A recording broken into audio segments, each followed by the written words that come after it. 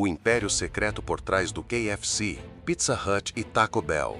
Em every major city and in every forgotten town, existe uma presença silenciosa que atravessa fronteiras, culturas e até conflitos. Um império de mais de 50 mil restaurantes espalhados por mais de 150 países, comandado por uma corporação que a maioria dos consumidores jamais ouviu falar, a Yum! Brands. E antes de expor os bastidores desse gigante invisível, lembre-se de que histórias assim não aparecem facilmente no YouTube.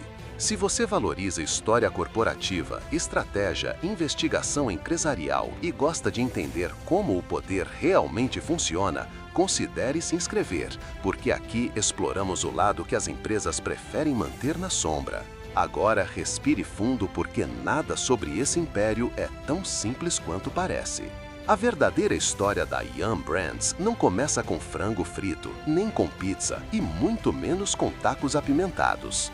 Começa com um dos maiores conglomerados de bebidas e snacks do planeta, a PepsiCo. Em 1977, a Pepsi comprou a Pizza Hut. Em 1978, comprou a Taco Bell. E em 1986, incorporou o KFC, fundado décadas antes pelo icônico Coronel Sanders. Parecia lógico para uma empresa tão grande expandir para o setor de alimentação rápida, um dos mercados mais lucrativos da época. Mas a conta não fechava. Mesmo representando mais de 30% do portfólio da Pepsi, os restaurantes geravam apenas cerca de 22% do lucro.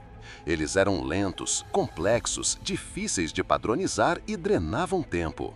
A PepsiCo percebia que era excelente em bebidas e snacks, mas administrar churrasqueiras industriais, fritadeiras e massas fermentadas era outra história. O império precisava ser enxuto, precisava ser rápido, precisava de foco. Então, em 1997, a Pepsi tomou uma decisão cirúrgica. Criou um spin-off. Separou KFC, Pizza Hut e Taco Bell em uma nova empresa chamada Tricon Global Restaurants. Oficialmente, estava se desfazendo do negócio de restaurantes, mas extraoficialmente não estava abrindo mão de nada. Porque Tricon nascia com um contrato vitalício que obrigava todas as marcas a vender exclusivamente Pepsi. E assim, o que parecia uma separação era uma costura perfeita entre bebida e comida. Poucos anos depois, em 2002, Tricon abandonaria o nome e adotaria oficialmente Yum! Brands, uma tentativa de transmitir diversão, leveza e proximidade com o consumidor. Mas por trás do nome inocente havia uma estratégia brilhante. Yum! Queria ser o maior conglomerado de fast food do mundo. Em 2002, a empresa fez sua primeira grande aquisição, comprando a Yorkshire Global Restaurants, dona do A&W e do Long John Silver's. A fusão acrescentou milhares de restaurantes ao grupo e prometia 5 bilhões de dólares adicionais em vendas. Mas havia um problema silencioso. A Yum! Tinha um plano ambicioso para dominar o mercado internacional. A&W e Long John Silver's eram marcas locais demais, difíceis de padronizar e pouco relevantes fora dos Estados Unidos. Após 9 anos, foram vendidas sem cerimônia. A Yum! Não estava interessada em nostalgia. Só havia espaço para marcas escaláveis. E isso moldaria tudo o que aconteceria dali para frente. Enquanto abandonava o que não se encaixava em sua estratégia, a Yum! Investia agressivamente na China. KFC já existia no país desde 1987, quando abriu a primeira loja na Praça Tiananmen, em Beijing, algo que muitos executivos chamaram de o maior golpe de sorte da marca. Mas a partir dos anos 2000, a China virou o grande laboratório da Yum! O país crescia a taxas absurdas, a classe média explodia e o frango frito com tempero ocidental se tornava símbolo de modernidade. A Yum! Criou uma cafeteria chamada East Downing, misturando o modelo KFC com culinária chinesa. Parecia ousado, mas foi apenas o começo. Em pouco tempo, a empresa percebeu que o país tinha potencial para algo muito maior. O ritmo de crescimento beirava o insano. Houve uma época em que a Yum! China estava abrindo um novo restaurante a cada 18 horas. Enquanto outras empresas tentavam entender o consumidor chinês, a Yum! Já dominava completamente o terreno. Em 2016, depois de décadas crescendo em velocidade máxima, a China era tão grande, tão estratégica e tão lucrativa que precisou se tornar uma empresa separada. Nascia a Yum China, um spin-off de outro spin-off, uma estrutura quase surreal. E o mais impressionante é que dentro da China, a Yum se transformou em algo diferente, maior, mais sofisticado. O KFC se tornou o maior fast food do país, superando o McDonald's com folga e com velocidade. A Pizza Hut virou referência em casual dining, com ambientes luxuosos e cardápios que incluíam vinho, massas artesanais e até sobremesas premium. A empresa criou marcas exclusivas para o mercado chinês, como East Downing e Lilo Ship, um restaurante de hot pot que virou sensação nacional.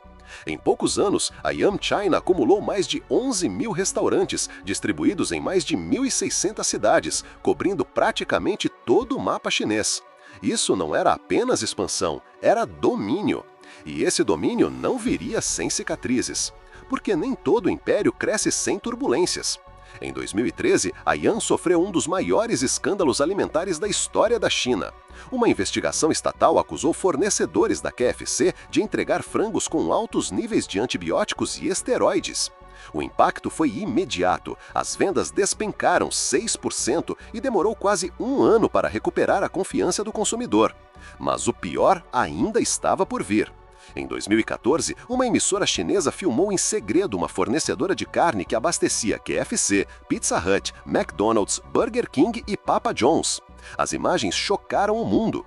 Funcionários reembalando carne vencida com novas datas de validade, alimentos caindo no chão e voltando direto para as máquinas, e práticas que violavam qualquer noção de higiene. Quando a notícia explodiu, a Yum cortou todos os vínculos com a empresa envolvida, mas o estrago já estava feito. Recuperar a reputação se tornaria uma maratona que exigiria investimentos milionários e uma reestruturação completa das auditorias internas. Mas essa não foi a única batalha difícil. Em outros países, a Yum enfrentaria desafios ainda mais inesperados. Em 2012, na Cisjordânia, algo histórico aconteceu. O primeiro restaurante de fast food americano surgiu em território palestino. Mas não foi porque a Yum decidiu expandir para lá. Foi porque um empreendedor chamado Adib Bakri se recusou a seguir as regras. Israel exigia que palestinos só pudessem abrir franquias da Yum através de franqueados israelenses. Adib ignorou tudo isso, foi diretamente a Yum nos Estados Unidos e conseguiu o direito de abrir KFC e Pizza Hut sob uma maneira completamente palestina. Funcionários palestinos, ingredientes palestinos e um modelo de gestão independente. Um ato ousado em um dos territórios politicamente mais sensíveis do planeta. E apesar das previsões negativas, o negócio prosperou. Hoje existem diversas unidades e todas operando com força total.